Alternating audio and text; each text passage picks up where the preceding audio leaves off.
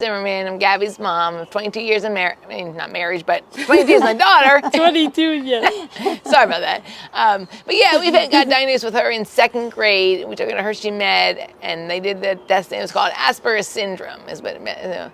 It's got high functional autism mainly, but then it came back. Everybody's on the spectrum for autism.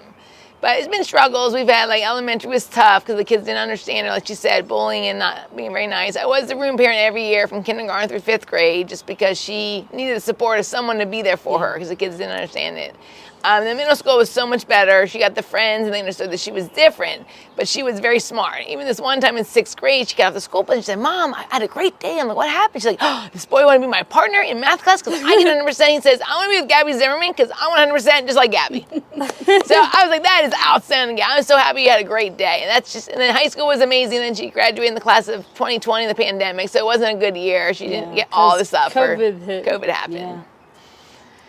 Other than that, she's been doing amazing at 22. We're trying different jobs, and now we're working with OVR to see if they can help us get a job coach because we never got that transition of graduating high school and going out in the working world because of COVID. Yeah.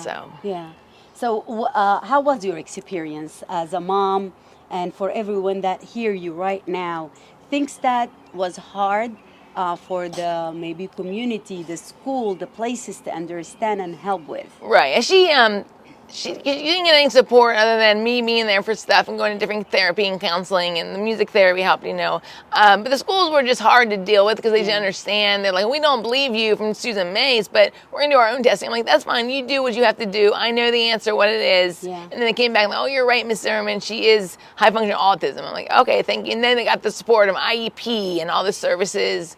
And the school did eventually help us, but it just took a while to get those services. Yeah.